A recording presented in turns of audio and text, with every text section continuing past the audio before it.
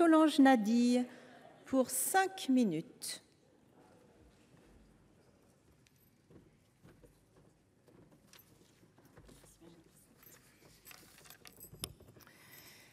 Madame la présidente, madame la ministre, madame la rapporteure, dans son ouvrage La reproduction, Pierre Bourdieu estimait que la cécité aux inégalités sociales condamne et autorise à expliquer toutes les inégalités, particulièrement en matière de réussite scolaire, comme inégalité naturelle, inégalité de dons. Si depuis, les politiques publiques ont heureusement pris en considération cette problématique, la France reste malgré tout l'un des pays de l'OCDE où les déterminismes sociaux pèsent le plus sur la réussite scolaire des élèves. De fait, il est souvent démontré qu'un manque de mixité scolaire nuit à la réussite de tous les élèves et à la promesse d'égalité des chances de l'école républicaine. De fortes disparités existent entre nos pays au sein de l'enseignement public qui accueille 80% des élèves scolarisés. Ainsi, les collèges classés REC+ se caractérisent par un indice de position sociale moyen de 74 contre 106 pour les collèges publics hors éducation prioritaire. Dans ce contexte, sous l'égide des gouvernements successifs depuis 2017, l'ensemble des acteurs a été mobilisé dans l'objectif de réduire la ségrégation sociale des établissements scolaires publics de 20% d'ici 2027. Ainsi, sur la base des indices de position sociale, la direction de l'évaluation, de la prospective et de la performance du ministère de l'Éducation nationale a identifié des binômes d'établissements proches géographiquement, mais disposant d'IPS différents, et des réflexions ont commencé à être menées afin de renforcer la mixité sociale au sein de ces binômes.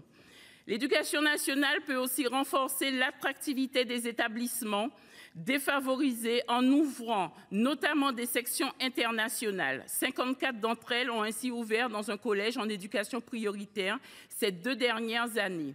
De plus, afin d'accompagner et d'inciter les familles les plus modestes à inscrire leurs enfants dans les internats d'excellence, la prime d'internat a été revalorisée.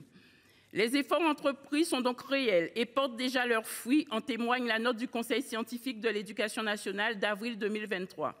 Il est démontré que le renforcement de la mixité sociale n'a pas entraîné d'évolution significative, positive ou négative, des résultats scolaires à l'échelle des établissements concernés. En revanche, les élèves les plus défavorisés scolarisés dans un établissement socialement plus favorisé ont vu leurs résultats scolaires progresser. Et contrairement à ce que certains pouvaient craindre, l'amélioration de la mixité scolaire et sociale n'a pas provoqué de mobilité massive vers l'enseignement privé sous contrat. Les auteurs de ce texte souhaitent aller plus loin avec plusieurs mesures coercitives. Cependant, notre groupe considère que ce texte casse le contrat tacite qui existe à la fois avec les établissements privés, mais également avec les parents d'élèves qui disposent de la liberté de choisir le type d'établissement dans lequel ils souhaitent scolariser leurs enfants. Au lieu de contraindre les parents en ravivant la guerre scolaire au nom de la mixité sociale, nous préférons au contraire faire preuve de pédagogie et d'accompagner l'ensemble des acteurs vers une plus grande mixité sociale dans nos écoles. Oui, peut-être que vos propositions pourraient avoir un effet quantitatif pour les indices à très court terme. Il n'est pas certain que les bénéfices qualitatifs soient du même acabit. De plus, votre texte propose de conditionner les subventions publiques des établissements privés sous contrat à une mixité sociale équivalente à celle de classes publiques d'un niveau comparable situées sur le même territoire.